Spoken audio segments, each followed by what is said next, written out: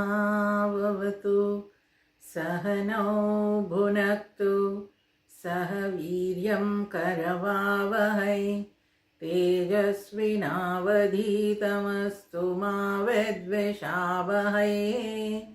ॐ शान्ति शान्ति शान्तिः।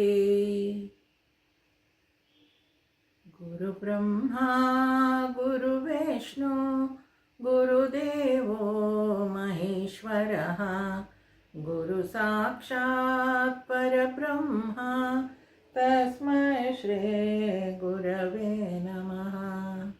तस्मै श्री गुरवे नमः।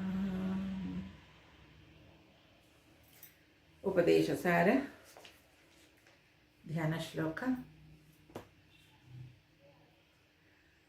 अन्तर्यश्च बहिर्विधूततिमिरं ज्योतिर्मयं शाश्वतम् स्थानं प्राप्य विराजते विनमताम् अज्ञानमुन्मूलयन् पश्यन् विश्वमपीदमुल्लसति यो विश्वस्य पारे परः तस्मै श्रीरमणाय लोकगुरवे शोकस्य हन्त्रे नमः। तस्मै श्रीरमणाय लोकगुरवे शोकस्य हन्त्रे नमः। ರಮಣ ಮಹರ್ಷಿಗಳ ಉಪದೇಶ ಸಾರ ಅತ್ಯಂತ ಶ್ರೇಷ್ಠವಾದ ಒಂದು ಗ್ರಂಥ. ಸಾಧಕರಿಗೆ ಸರಿಯಾದ ಒಂದು ಮಾರ್ಗವನ್ನು, ನಿರ್ದಿಷ್ಟವಾದ ಮಾರ್ಗವನ್ನು ತೋರಿಸುವಂತಹ ಒಂದು ಗ್ರಂಥ ಉಪದೇಶ ಸಾರ. ಮನಸ್ಸು, ಬುದ್ಧಿ, ಅಹಂಕಾರದ ಬಗ್ಗೆ ಸ್ಪಷ್ಟತೆಯನ್ನು ಕೊಡುವಂತಹ ಒಂದು ಗ್ರಂಥ ಇದು. ನಾವು 23 ಶ್ಲೋಕಗಳನ್ನು ನೋಡಿದ್ವಿ. ಅಹಂಕಾರ ಅಂದ್ರೇನು, ಅಹಂಕಾರದ ಲಯ ಹೇಗೆ ಅನ್ನೋದನ್ನು ವಿಚಾರ ಮಾಡಿದ್ವಿ. ಈಗ 24ನೇ ಶ್ಲೋಕದಿಂದ ಜೀವಾತ್ಮ ಮತ್ತು ಪರಮಾತ್ಮ ನಡುವಿನ ವ್ಯತ್ಯಾಸ ಏನು ಅಂತ ಇಲ್ಲಿ ಮಹರ್ಷಿಗಳು ಹೇಳ್ತಾ ಇದ್ದಾರೆ. 24 ಮತ್ತು 25ನೇ ಶ್ಲೋಕದಲ್ಲಿ. 24ನೇ ಶ್ಲೋಕ ನೋಡೋಣ. ಈಶ ಜೀವಯೋರ್ವೇಷಧೀಭಿದಾ ಸತ್ಸ್ವಭಾವತೋ ವಸ್ತು ಕೇವಲಂ ವೇಷಹಾನತ ಸ್ವಾತ್ಮದರ್ಶನಂ ಈಶದರ್ಶನಂ ಸ್ವಾತ್ಮರೂಪತಃ. ಏನು ಹೇಳ್ತಾ ಇದ್ದಾರೆ ಇಲ್ಲಿ? ಈಶ ಜೀವಯೋರ್ ವೇಷಧೀಭಿದ ಸತ್ಸ್ವಭಾವತೋ ವಸ್ತು ಕೇವಲಂ. ಈಶ ಜೀವರುಗಳ ಮಧ್ಯೆ ಔಪಾಧಿಕ ಭೇದ ಇದೆ.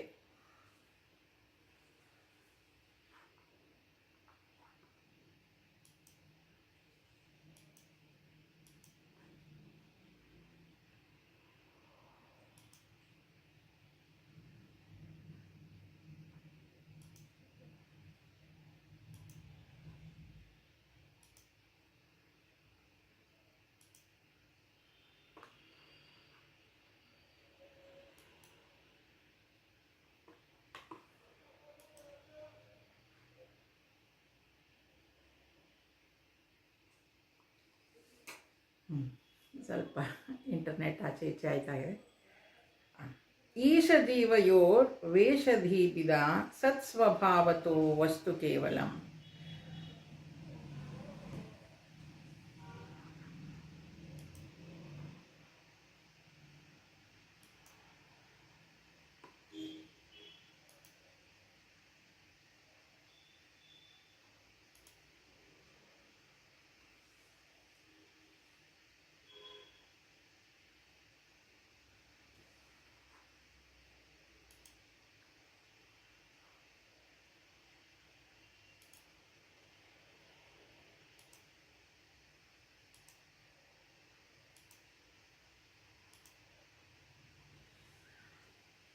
ಇಲ್ಲಿ ಭಗವಂತ ಹೇಳ್ತಾ ಇರೋದು ಏನಪ್ಪ ಅಂತ ಹೇಳಿದರೆ, ಹಾಗಾದರೆ ಈ ಅಹಂಕಾರವನ್ನು ತಿಳ್ಕೊಂಡಾಯಿತು. ಅಹಂಕಾರವನ್ನು ಬೆಳಗ್ತಾ ಇರುವಂತಹ ಒಂದು ಚೈತನ್ಯ ಶಕ್ತಿ ಇದೆ ಅಲ್ವಾ, ಅದನ್ನೇ ಪರಮಾತ್ಮ ಅಂತ ಅಂದ್ಕೊಂಡ್ಬಿಡೋದ?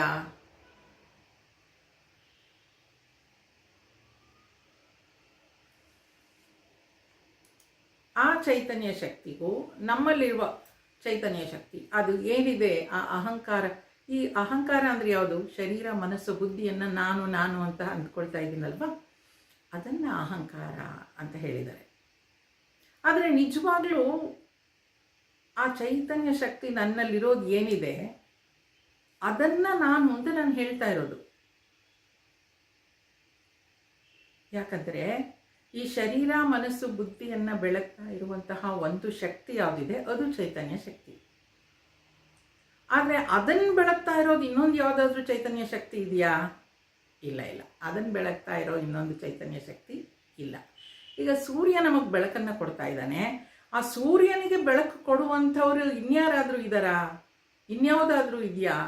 ಇಲ್ಲ.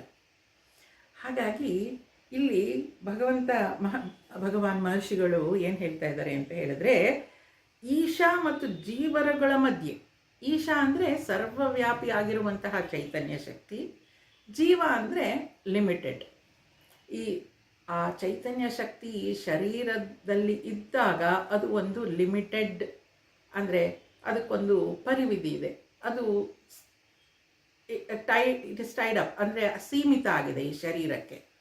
ಈ ಶರೀರಕ್ಕೆ ಸೀಮಿತ ಆಗದೆ ಇರೋದನ್ನು ನಾವು ಪರಮಾತ್ಮ ಅಂತೀವಿ, ಶರೀರಕ್ಕೆ ಸೀಮಿತ ಆಗಿರೋದನ್ನು ಜೀವಾತ್ಮ ಅಂತ ಕರಿತೀವಿ. ಹಾಗಾದರೆ ಈ ಜೀವಾತ್ಮಕ್ಕೂ ಪರಮಾತ್ಮಕ್ಕೂ ವ್ಯತ್ಯಾಸ ಇದೆಯಾ ಅಂತ ಇಲ್ಲಿ ಹೇಳ್ತಾ ಇದ್ದಾರೆ. ಈ ಈಶಾ ಮತ್ತು ಜೀವರುಗಳ ಮಧ್ಯೆ ಔಪಾಧಿಕ ಭೇದ ಇದೆ. ಆತ್ಮದೃಷ್ಟಿಯಿಂದ ಇಬ್ಬರು ಸಚ್ಚಿದಾನಂದ ಸ್ವರೂಪವೇ ಒಂದು ವಿಚಾರ ಮಾಡೋಣ ಇಲ್ಲಿ ಅಂತ ಹೇಳ್ತಾ ಇರೋದು. ಈಗ ನೀರು, ಒಂದು ಸಮುದ್ರ ಇದೆ, ಸಮುದ್ರದಲ್ಲಿ ಅಲೆ ಏಳ್ತಾ ಇದೆ. ಅಲೆ ಸಮುದ್ರಗಿಂತ ಬೇರೆನಾ ಅಂದ್ಕೊಂಡ್ರೆ ಹೌದು, ಅಲೆ ಬೇರೆ. ಆದರೆ ಆ ಅಲೆಯಲ್ಲಿರುವ ನೀರು, ಸಮುದ್ರದಲ್ಲಿರುವ ನೀರು ಎರಡು ಒಂದೇ. ಹಾಗೆ ಇಲ್ಲಿ ಜೀವಾತ್ಮ ಅಂತ ಏನು ಹೇಳ್ತಾ ಇದ್ದೀವಿ, ನನ್ನಲ್ಲಿರುವ ಚೈತನ್ಯ ಶಕ್ತಿನಿ ಮತ್ತು ಎಲ್ಲರಲ್ಲೂ ಬೆಳಗ್ತಾ ಇರುವ ಚೈತನ್ಯ ಶಕ್ತಿ ಒಂದೇ. ಆ ಜೀವಾತ್ಮ ಪರಮಾತ್ಮ ಬೇರೆ ಆಗಲೇ ಇಲ್ಲ, ಅದು ಎರಡು ಒಂದೇ ಅಂತ. ಆದರೆ ಬೇರೆ ಬೇರೆ ಮತದಲ್ಲಿ ಬೇರೆ ಬೇರೆ ರೀತಿಯಾಗಿ ಅದನ್ನು ಭೇದ ಭಾವ ತೋರಿಸ್ತಾರೆ. ಈಗ ಹೌದು, ಈ ಜೀವಾತ್ಮ ಪರಮಾತ್ಮ ಒಂದೇ ಹೇಗಾಗ್ಲಿಕ್ಕೆ ಸಾಧ್ಯ ಅಂತ ಹೇಳೋದಾದರೆ, ನಾನು ಶರೀರದೊಂದಿಗೆ ನನ್ನನ್ನು ನಾನು ಗುರುತಿಸ್ಕೊಂಡಾಗ ಆ ಶರೀರ ಮತ್ತು ಆ ಪರಮಾತ್ಮ ಬೇರೆನೆ. ಆವಾಗಲೇ ಮೂಡೋದು ಭಕ್ತಿ ಪಂಥ. ಹೌದು, ಭಗವಂತ ಬೇರೆ, ನಾನು ಬೇರೆ, ಇದು ನಾನು ಅಂದರೆ ನಾನು ಶರೀರ ಅಂತ ಒಪ್ಕೊಂಡಿದ್ದೀನಿ, ಆದ್ದರಿಂದ ಅಲ್ಲಿ ಭಗವಂತ ಅಂತ ಹೇಳುವಾಗ ಅಲ್ಲಿ ಭಕ್ತಿ ಮಾಡಲಿಕ್ಕೆ ಸಾಧ್ಯ, ನಾನು ಬೇರೆ ಭಗವಂತ ಬೇರೆ ಅಂತ ಅಂದ್ಕೊಂಡಾಗ.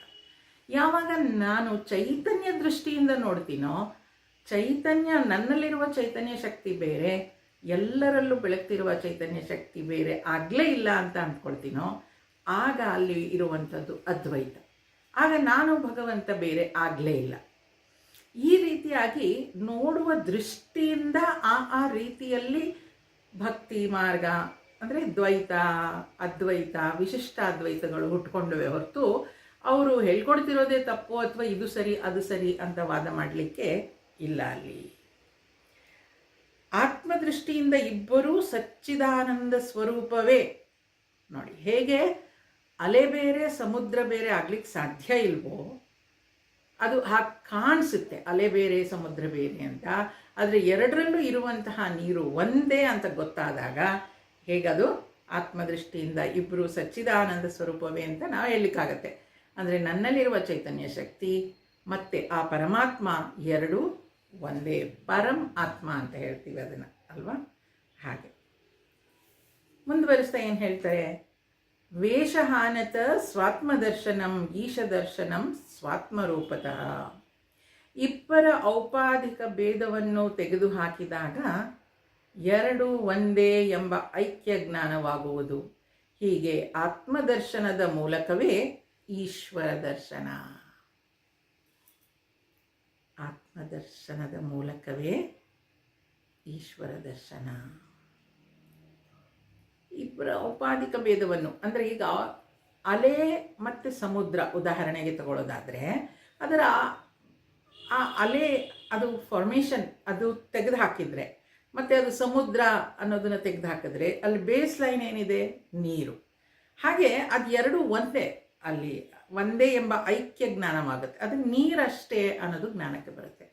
ಹಾಗೆ ನಮ್ಮಲ್ಲಿ ನಾನು ಈ ಶರೀರದಲ್ಲಿ ಇರುವಾಗ ಮತ್ತು ಆ ನಿತ್ಯ ಶುದ್ಧ ಚೈತನ್ಯ ಸ್ವರೂಪ ಅಂತ ನನಗೆ ಅರಿವಾದಾಗ ಮತ್ತು ಆ ಪರಮಾತ್ಮ ಅನ್ನೋದು ಅರಿವಾದಾಗ ಈ ಶರೀರವನ್ನು ತೆಗೆದು ಹಾಕಿಬಿಟ್ರೆ, ಶರೀರ ಮನಸ್ಸು ಬುದ್ಧಿಯನ್ನು ತೆಗೆದು ಹಾಕಿದ್ರೆ ಅಲ್ಲಿರುವಂತಹ ಚೈತನ್ಯ ಶಕ್ತಿ ಸರ್ವವ್ಯಾಪಿಯಾಗಿರುವ ಶಕ್ತಿ ಎರಡು ಒಂದೇ.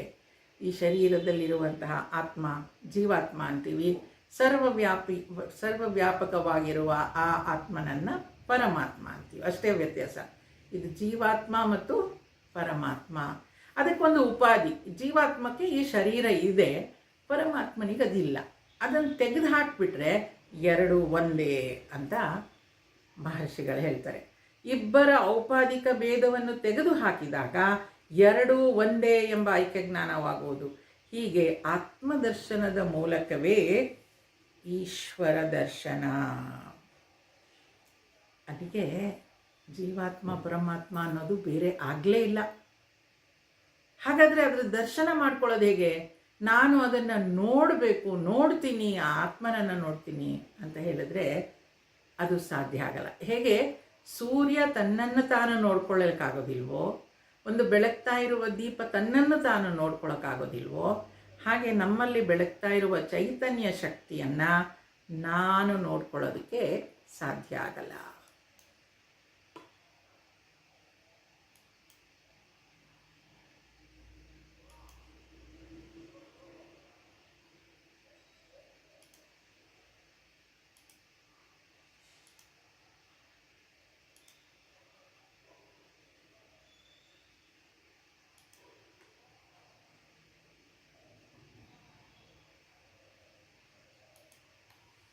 ನನ್ನನ್ನು ನಾನು ನೋಡ್ಕೊಳ್ಳೋದಕ್ಕೆ ಸಾಧ್ಯ ಇಲ್ಲ.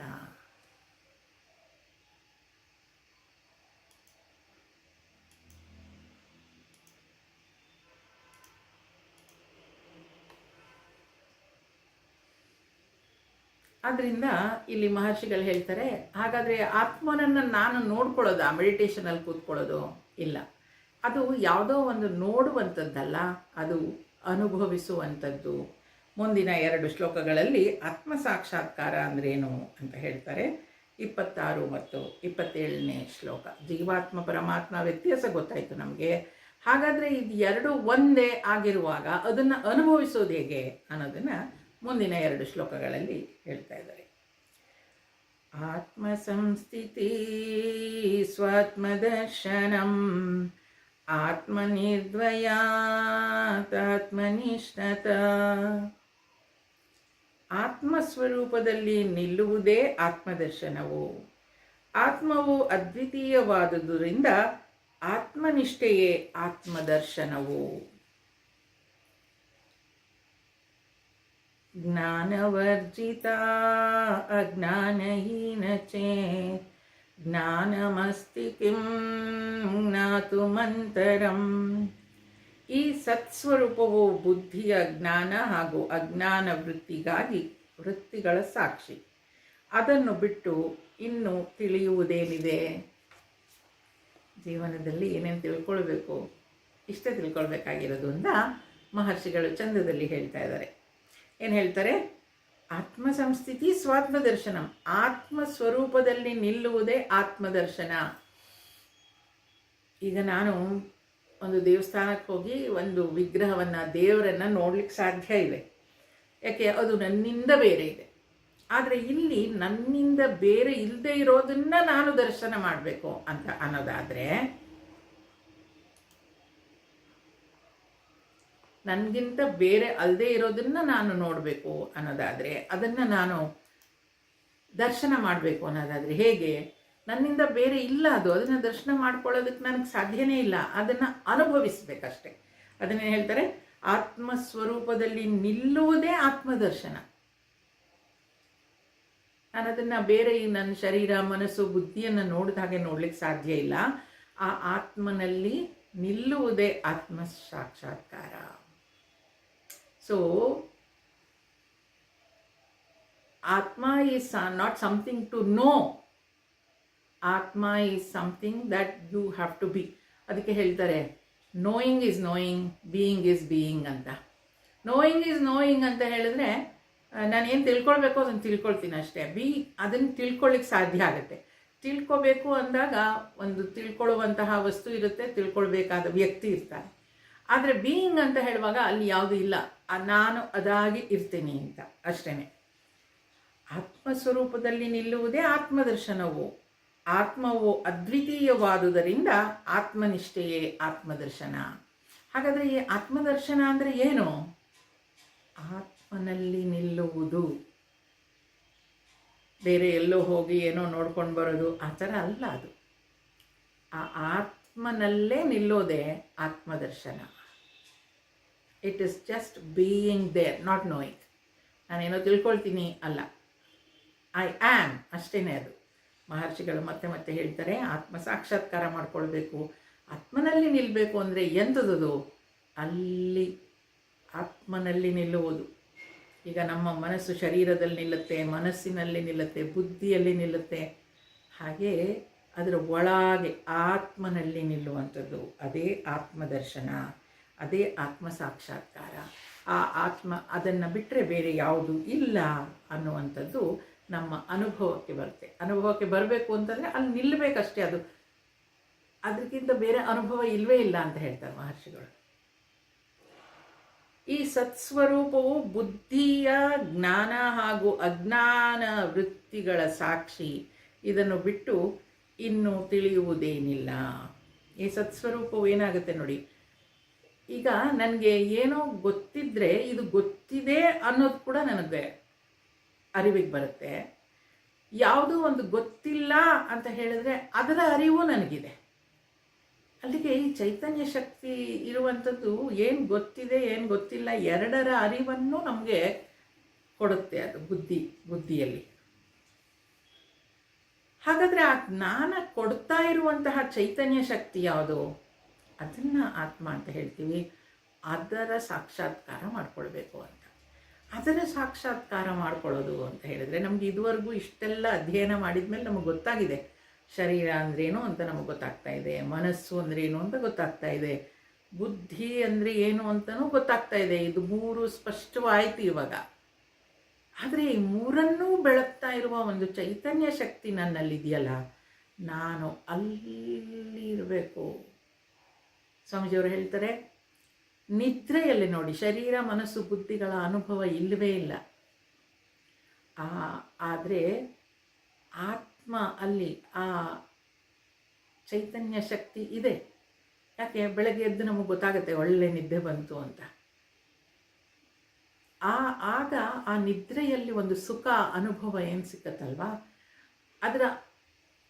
ಅಂದರೆ ಅದು ನಮ್ಮ ಅನುಭವಕ್ಕೆ ಬರಲ್ಲ. ಅದು ಎಚ್ಚರದಲ್ಲಿ ಆಗೋದಾದರೆ ಅದೇ ಆತ್ಮ ಸಾಕ್ಷಾತ್ಕಾರ ಅಂತ ಹೇಳ್ತಾರೆ. ಎಷ್ಟು ಸುಂದರ ನೋಡಿ. ಆ ಸುಖದ ಅನುಭವ ಅಂದರೆ ಎಚ್ಚರದಲ್ಲಿದ್ದಾಗಲೂ 24 ಗಂಟೆ ಮಲ್ಕೊಂಡಿರಿ ಆ ಥರ ಅಲ್ಲ. ಎಚ್ಚರದಲ್ಲಿ ಕೂಡ ಆ ಅನುಭವ ಆಗಬೇಕು. ನಿದ್ರೆಯಲ್ಲಿದ್ದಾಗ ಒಂದು ಸುಖದ ಅನುಭವ ಆಗುತ್ತಲ್ಲ, ಆ ಅನುಭವ, ಅದನ್ನೇ ಆತ್ಮ ಸಾಕ್ಷಾತ್ಕಾರ ಅಂತ ಹೇಳ್ತಾರೆ. ಮುಂದುವರಿಸ್ತಾ ಇನ್ನು 2 ಶ್ಲೋಕಗಳಲ್ಲಿ ಅವರು ಈ ಸಂಪೂರ್ಣ ಉಪದೇಶ ಸಾರದ ಒಂದು ಕನ್ಕ್ಲೂಷನ್ ಮಾಡ್ತಾರೆ. ಮುಕ್ತಿಯ ಫಲ ಅಂದರೆ ಏನು ಅಂತ ಹೇಳ್ತಾರೆ. ಅದನ್ನು ನೋಡೋಣ. ಕಿಂ ಸ್ವರೂಪಮೇತ್ಯಾತ್ಮದರ್ಶನೇ ಅವ್ಯಯಾಭವಾ ಪೂರ್ಣಚಿತ್ಸುಖಂ ಬಂಧಮುಕ್ತ್ಯತೀತಂ ಪರಂ ಸುಖಂ ವಿಂದತೀಹ ಜೀವಸ್ತು ದೈವಿಕ. ಆತ್ಮದರ್ಶನದಿಂದ ಏನು ಲಾಭ ಎಂದು ಕೇಳುವುದಾದರೆ, ಆದಿಯೂ ಅಂತ್ಯವೂ ಇಲ್ಲದ ಪೂರ್ಣಾನಂದವೇ ದೊರಕುವುದು. ಜೀವನು ಬಂಧ ಮುಕ್ತಿಗಳಿಗಿಂತ ಆಚೆ ಕಡೆ ಇರುವ ದೈವಿಕವಾದ ಪರಮಾನಂದವನ್ನು ಇಲ್ಲೇ ಪಡೆಯುತ್ತಾನೆ. ಎಲ್ಲರೂ ಕೇಳೋದುಂಟು, ಯಾಕೆ ಇಷ್ಟೆಲ್ಲ ಕಷ್ಟಪಟ್ಕೊಂಡು ಈ ಆತ್ಮ ಪರಮಾತ್ಮ ಅನ್ನೋದನ್ನೆಲ್ಲ ಮಾಡಿಕೊಂಡು ಇದೆಲ್ಲ, ಸುಮ್ಮನೆ ಆರಾಮಾಗಿದ್ದು ಹೋಗ್ಬೋದಲ್ವಾ ಅಂತ. ಏನು ಪ್ರಯೋಜನ ಇದರಿಂದ ಕೇಳೋದುಂಟು ಅಲ್ವಾ. ಯಾರಿಗೆ ಈ ಪೂರ್ಣಾನಂದದ ಅನುಭವ ಆಗಬೇಕು ಅಂತ ಇದೆಯೋ, ಪೂರ್ಣಾನಂದವನ್ನು ಪಡಿಬೇಕು ಅಂತಿದೆಯೋ, ಅವರು ಈ ಆತ್ಮದರ್ಶನದಿಂದ ಮಾತ್ರ ಮಾಡ್ಕೊಳ್ಳಿಕ್ಕೆ ಸಾಧ್ಯ ಅಂತ ಮಹರ್ಷಿಗಳು ಹೇಳ್ತಾರೆ. ಆತ್ಮಾನಂದದಿಂದ ಏನು ಲಾಭ ಎಂದು ಕೇಳುವುದಾದರೆ, ಆದಿಯೂ ಅಂತ್ಯವೂ ಇಲ್ಲದ ಪೂರ್ಣಾನಂದವೇ ದೊರಕುವುದು. ನಾವು ಮಾಡುವ ಎಲ್ಲ ಕೆಲಸಗಳಲ್ಲೂ ಎಲ್ಲ ಕರ್ಮದ ಫಲ ಏನಾಗಿದೆ? ಆದಿ ಇದೆ, ಅಂತ್ಯ ಇದೆ.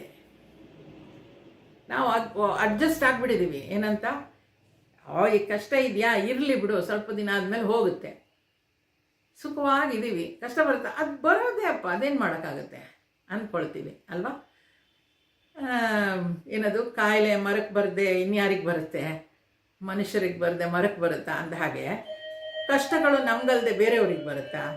ಈ ರೀತಿಯಾಗಿ ನಾವು ತುಂಬ ಒಪ್ಕೊಂಡ್ಬಿಟ್ಟಿದ್ದೀವಿ ಎಲ್ಲವನ್ನು. ಹಾಗೆ ಇಲ್ಲೂ ಕೂಡ ಜೀವನ ಅಂತ ಅಂದರೆ ಕಷ್ಟ ಸುಖ ಇರೋದೇ ಹೌದು. ನಾ ಹೇಳ್ತಾನೆ ಇರ್ತೀನಿ ಯಾವಾಗಲೂ, ಈ ಭೂಮಿಯಲ್ಲಿ ಹುಟ್ಟಿದ್ದೇವೋ, ಪ್ರಪಂಚಕ್ಕೆ ಬಂದಿದ್ದೇವೋ, ಪಾಪ ಪುಣ್ಯಗಳ ಇದ್ದದ್ದೇ. ಪಾಪ ಪುಣ್ಯಗಳ ಫಲವನ್ನು ನಾವು ಭೋಗಿಸುವಂಥದ್ದೇ.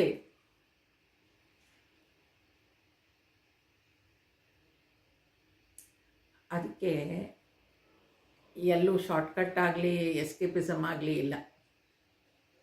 ಏನೇನು ಹೊತ್ಕೊಂಡ್ಬಂದಿದ್ದೀವಿ ಪಾಪ ಪುಣ್ಯದ ಬುತ್ತಿ, ಅದಕ್ಕೆ ಸುಖ ಮತ್ತು ದುಃಖದ ಅನುಭವ ನಮಗೆ ಆಗ್ತಾನೆ ಇರುತ್ತೆ. ಆದರೆ ನಾನು ಪ್ರಯತ್ನ ಮಾಡ್ಬೋದು, ಏನಕ್ಕೆ? ಈ ಆತ್ಯಂತಿಕ ಸುಖಕ್ಕೆ, ಈ ಏನಂತ ಹೇಳ್ತಿದ್ದಾರೆ ಇಲ್ಲಿ, ಪೂರ್ಣಾನಂದವನ್ನು ಪಡೀಲಿಕ್ಕೆ ನಾನು ಪ್ರಯತ್ನ ಮಾಡ್ಬೋದು. ಕೊಟ್ಟಿದ್ದಾನೆ ಭಗವಂತ, ಹೌದು ಹೀಗೆ ಇರೋದು ಅಂತ. ಆದರೆ ಅದನ್ನು ಪುರುಷಾರ್ಥ ಅಂತ ಹೇಳ್ತೀವಿ. ಆ ಪುರುಷಾರ್ಥ ಮತ್ತು ಪ್ರಾರಬ್ಧ ಕರ್ಮ, ನಾನು ಏನೇನು ಬಂದಿದೆ ಬುತ್ತಿ ತೊಗೊಂಬಂದಿದ್ದೀನಿ ಅದು ನನ್ನ ಪ್ರಾರಬ್ಧ, ಅನುಭವಿಸಲೇಬೇಕು.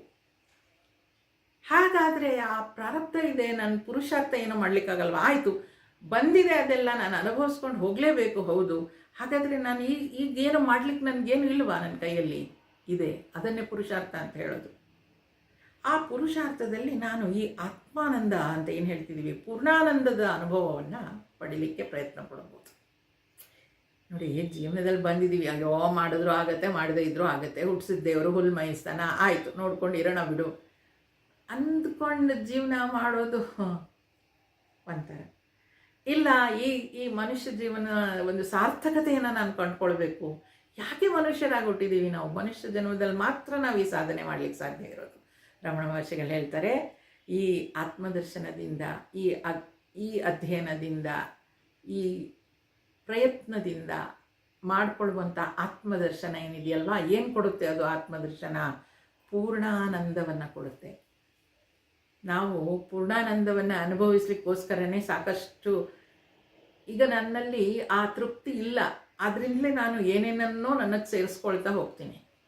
ಈ ವಸ್ತು ತೊಗೊಂಡ್ರೆ ನಾನು ಸಂತೋಷ ಪಡ್ಬೋದು, ಅಥವಾ ಇದನ್ನು ತೆಗೆದುಹಾಕಿದರೆ ನಾನು ಸಂತೋಷ ಪಡ್ಬೋದು ಅಂತ ಸಾಕಷ್ಟು ಟ್ರಯಲ್ ಆ್ಯಂಡ್ ಎರರ್ ಮಾಡ್ತಾನೆ ಇರ್ತೀವಿ.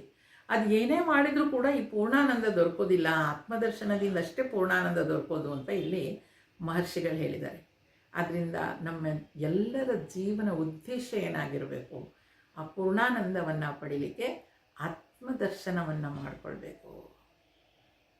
ಆ ಪ್ರಯತ್ನ ನಮ್ದಾಗಬೇಕು ಅಂತ ಮಹರ್ಷಿಗಳು ಹೇಳ್ತಾರೆ. ಮುಂದೆ ಏನು ಹೇಳ್ತಾರೆ? ಜೀವನು ಬದ್ಧ ಮುಕ್ತಿಗಳಿಗಿಂತ ಆಚೆ ಕಡೆ ಇರುವ ದೈವಿಕವಾದ ಪರಮಾನಂದವನ್ನು ಇಲ್ಲೇ ಪಡೆಯುತ್ತಾನೆ. ನಾವು ಅಂದ್ಕೋತೀವಿ ಸತ್ತೋದ್ಮೇಲೆ ನಮಗೆ ಮುಕ್ತಿ ಅಂತ, ಬಂಧನಗಳಿಂದ ಬಿಡುಗಡೆ ಅಂತ. ಅಲ್ಲ, ಮಹರ್ಷಿಗಳು ಹೇಳ್ತಾರೆ, ಜೀವಿತವಾಗಿ ಇರುವಾಗಲೇ ಅವನು ಬಂಧನಗಳಿಂದ ಮುಕ್ತಿಯನ್ನು ಪಡೀಲಿಕ್ಕೆ ಸಾಧ್ಯ, ಬಂಧ ಮುಕ್ತನಾಗಲಿಕ್ಕೆ ಸಾಧ್ಯ. ಆ ಕಡೆ ಇರುವಂತಹ ಆ ದೈವಿಕವಾದ ಪರಮಾನಂದವನ್ನು ಇಲ್ಲೇ ಪಡಿಬೋದು ಅಂತ. ಎಷ್ಟು ಸುಂದರ ನೋಡಿ ಅಲ್ವಾ. ಆ ಆನಂದವನ್ನು ಪಡೆಯೋ ಪ್ರಯತ್ನ ನಮ್ಮೆಲ್ಲರದು ಆಗಬೇಕು. ಆ ಆತ್ಮದರ್ಶನದಿಂದ ಆ ಪೂರ್ಣಾನಂದ ನಮಗೆ ಸಿಕ್ಕತ್ತೆ ಅಂತ ಹೇಳ್ತಾರೆ. ಯಾರಾದರೂ ಕೇಳಿದರೆ ಈ ಅಧ್ಯಯನವನ್ನೆಲ್ಲ ಯಾಕೆ ಮಾಡ್ತಿದ್ದೀರಾ ಅಂದರೆ ನಮಗೊಂದು ಉತ್ತರ ಗೊತ್ತಿರಬೇಕಲ್ವ. ಆ ಪೂರ್ಣಾನಂದವನ್ನು ಪಡೀಲಿಕ್ಕೆ. ಪೂರ್ಣಾನಂದ ಪಡೆದ್ರೂ ನೀವಾಗಲೇ ಇಲ್ಲ, ಆ ದಾರಿಯಲ್ಲಿ ಹೋಗ್ತಾ ಇದ್ದೀವಿ. ನಮಗೆ ಆ ಸ್ಪಷ್ಟತೆ ಇರಬೇಕು, ಆ ದಾರಿಯಲ್ಲಿ ಹೋಗ್ತಾ ಇದ್ದೀವಿ, ಒಂದಲ್ಲ ಒಂದು ದಿನ ನಮ್ಗೆ ಆ ಪೂರ್ಣಾನಂದ ದೊರೆಯುತ್ತೆ ಅಂತ. ಆವಾಗಲೇ ಅದು ದೊರಕಲಿಕ್ಕೆ ಸಾಧ್ಯ. ಸಾಮಾನ್ಯವಾಗಿ ಇದಕ್ಕೆಲ್ಲ ಯಾಕೆ ಹೋಗ್ತೀರಾ ಅಂತ ಅಂದ್ಕೂಡಲೇ ನಮ್ಮದು ಗುರಿ ಎಷ್ಟಿರುತ್ತೆ, ಏನೋ ಮನಸ್ಸಿಗೆ ಸ್ವಲ್ಪ ಸಮಾಧಾನ ಆಗುತ್ತೆ, ಏನೋ ನನ್ನ ಕಷ್ಟಗಳಿಗೆ ಉತ್ತರ ಸಿಗುತ್ತೆ, ಮನಸ್ಸಿಗೆ ಸ್ವಲ್ಪ ಸಮಾಧಾನ ಆಗುತ್ತೆ, ದುಃಖ ಆಗಿರುತ್ತೆ, ಬೇಜಾರಾಗಿರುತ್ತೆ, ಅಲ್ಲಿಗೆ ಹೋದಾಗ ಏನೋ ಮನಸ್ಸಿಗೆ ಒಂದು ರೀತಿಯ ಸಮಾಧಾನ ಉಲ್ಲಾಸ ಎಲ್ಲ ಸಿಗುತ್ತೆ. ಒಂದು 4 ಜನ ಜೊತೆ ಕೂತು ಮಾತಾಡ್ಕೊಂಡು ನನ್ನ ಕಷ್ಟ ಸುಖ ಹೇಳ್ಕೊಳಕ್ಕಾಗತ್ತೆ. ಇಷ್ಟೇ ಇರುತ್ತೆ ನಮ್ಮದು. ಆದರೆ ಅಲ್ಲಿ ಹೋಗುವಾಗ ನಮ್ಮದು ಗುರಿ ಎಲ್ಲಿರಬೇಕು, ಆ ಪೂರ್ಣಾನಂದವನ್ನು ಪಡೀಲಿಕ್ಕೆ. ಆ ಪೂರ್ಣಾನಂದವನ್ನು ಪಡೆಯೋದು ಹೇಗೆ? ಅದು ಆತ್ಮದರ್ಶನದಿಂದ ಮಾತ್ರ. ಅದಕ್ಕೆ ಪ್ರಯತ್ನ ನಡೀತಾ ಇದೆ. ಅಷ್ಟನ್ನು ನಾವು ಅದು ತಿಳ್ಕೊಂಡ್ರೆ ಮುಂದುವರಿಲಿಕ್ಕೆ ಸುಲಭ ಆಗುತ್ತೆ. ನಮ್ಮ ಪ್ರಯತ್ನದ ದಿಕ್ಕು ಸರಿಯಾಗಿದ್ದು ನಮ್ಮ ಗುರಿ ಏನು ಅಂತ ಗೊತ್ತಿದ್ರೆ ನಡೆಯೋದಕ್ಕೆ ಭಗವಂತ ತಾನಾಗೇ ಎಲ್ಲ ವ್ಯವಸ್ಥೆಯನ್ನು ಮಾಡಿಕೊಡ್ತಾನಂತೆ. ಆ ಸಮಯಕ್ಕೆ ಸರಿಯಾದ ಗುರುಗಳನ್ನು ಅವನೇ ನಮ್ಮ ಹತ್ರ ಕಳಿಸ್ತಾನಂತೆ. ಹಾಗಾಗಿ ನಮಗೆ ಇದು ಸ್ಪಷ್ಟವಾಗಬೇಕು. ರಮಣ ಮಹರ್ಷಿಗಳು ಅದನ್ನೇ ಇದರಿಂದ ಏನಾಗುತ್ತೆ, ಏನು ಸಿಗುತ್ತೆ ಅಂತ ಕೇಳಿದ್ರೆ ಪೂರ್ಣಾನಂದ ಅಂತ ಅವರು ಸ್ಪಷ್ಟವಾಗಿ ಹೇಳ್ತಾ ಇದ್ದಾರೆ. ಕಡೆಯ ಶ್ಲೋಕ. ಅಹಮಪೇತಕಂ ನಿಜ ವಿಭಾನಕಂ ಮಹದಿದಂ ತಪೋ ರಮಣವಾಗಿಯಂ. ಅಹಂಕಾರವನ್ನು ವಿನಾಶಗೊಳಿಸುವ, ನಮ್ಮ ನಿಜ ಸ್ವರೂಪವನ್ನು ಬೆಳಕಿಗೆ ತರುವ ಈ ಮಹಾನ್ ವಿಚಾರಧಾರೆಯು ಮಹರ್ಷಿ ರಮಣರ ವಾಣಿ. ರಮಣ ಮಹರ್ಷಿಗಳು ಏನು ಹೇಳ್ತಾ ಇದ್ದಾರೆ ಇಲ್ಲಿ, ಅವರ ವಾಣಿ, ಅವರ ಉಪದೇಶದಲ್ಲಿ ಏನು ಹೇಳ್ತಾ ಇದ್ದಾರೆ, ಅಹಂಕಾರವನ್ನು ವಿನಾಶಗೊಳಿಸುವ ಮತ್ತು ನಿಜ ಸ್ವರೂಪವನ್ನು ಬೆಳಕಿಗೆ ತರುವ ಒಂದು ಉಪದೇಶವನ್ನು ಇಲ್ಲಿ ಮಾಡಿದ್ದಾರೆ. ನಾನು ನಾನು ನಾನು ಅಂತ ಏನು ಹೇಳ್ಕೊಂಡು ಓಡಾಡ್ತಾ ಇರ್ತೀನಿ, ಅದು ನಿಜವಾದ ನಾನು ಅಲ್ಲ. ಅಲ್ಲಿ ನಾನು ಯಾವುದನ್ನು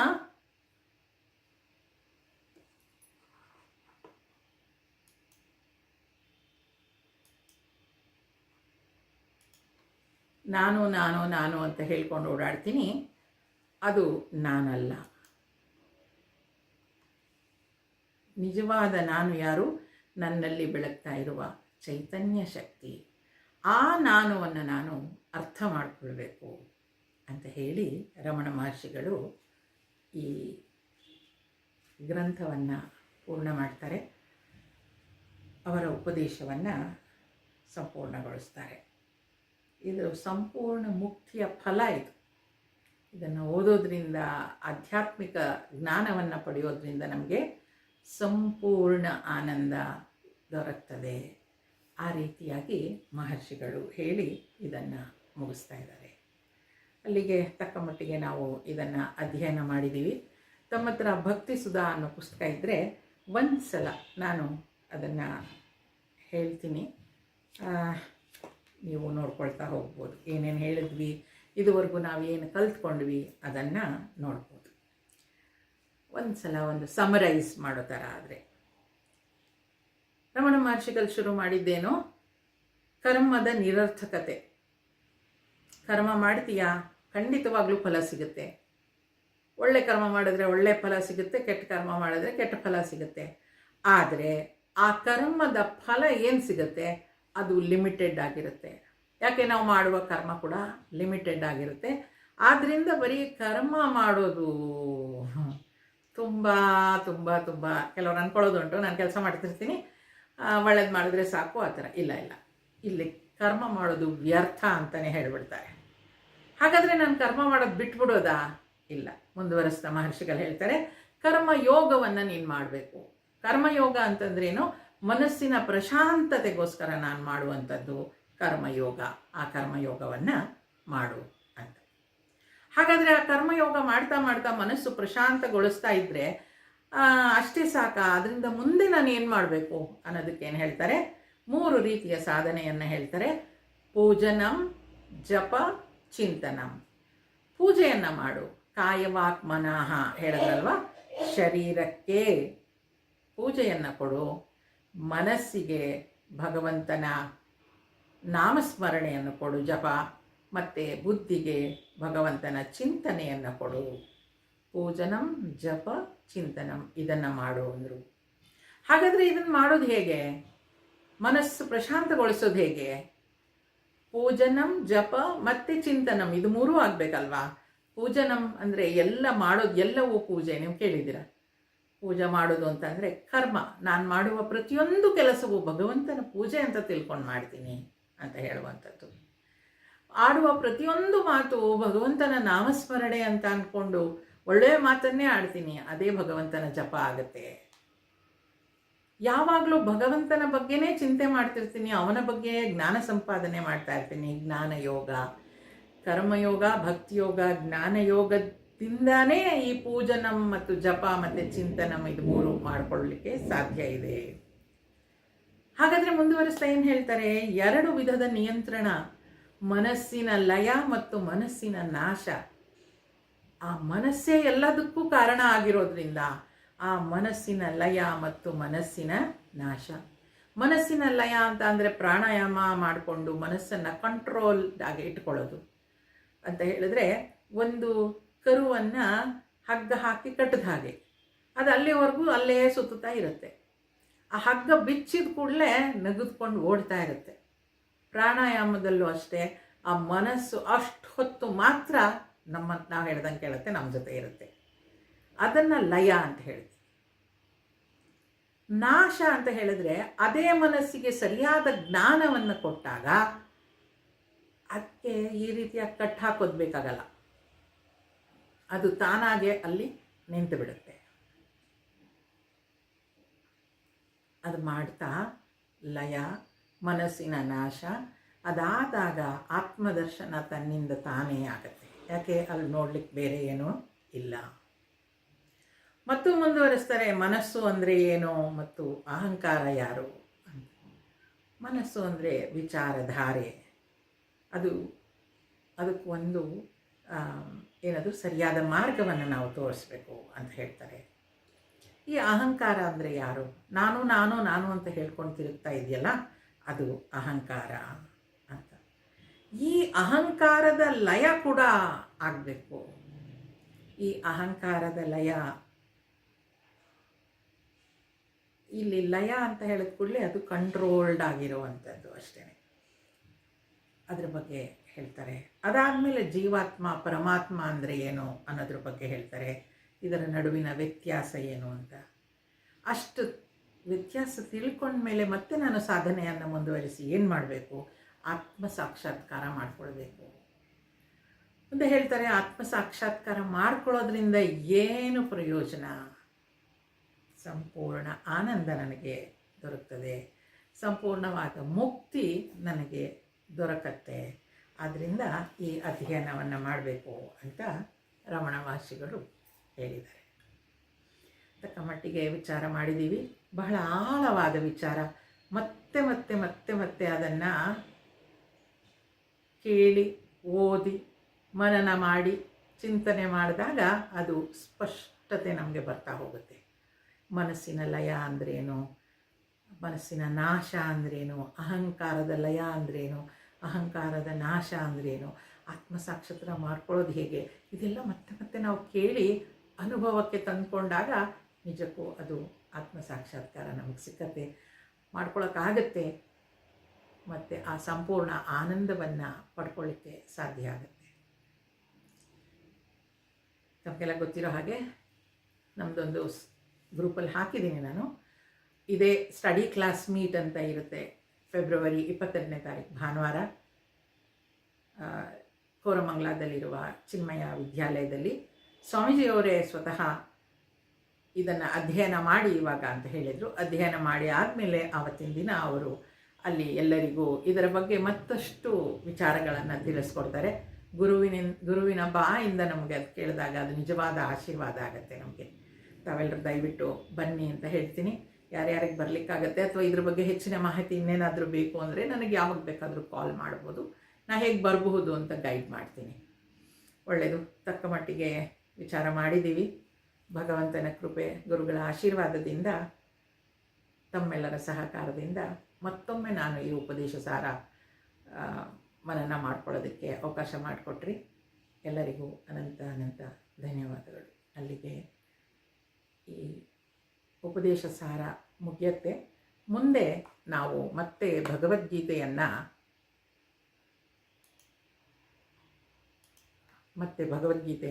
ಮುಂದುವರಿಸ್ತೇವೆ. ಹರಿ ಅಸತೋ ಮಾ ಸದ್ಗಮಯ ತಮಸೋ ಮಾ ಜ್ಯೋತಿರ್ಗಮಯ ಮೃತ್ಯೋರ್ಮಾ ಅಮೃತಂಗಮಯ. ಓಂ ಶಾಂತಿ ಶಾಂತಿ ಶಾಂತಿ.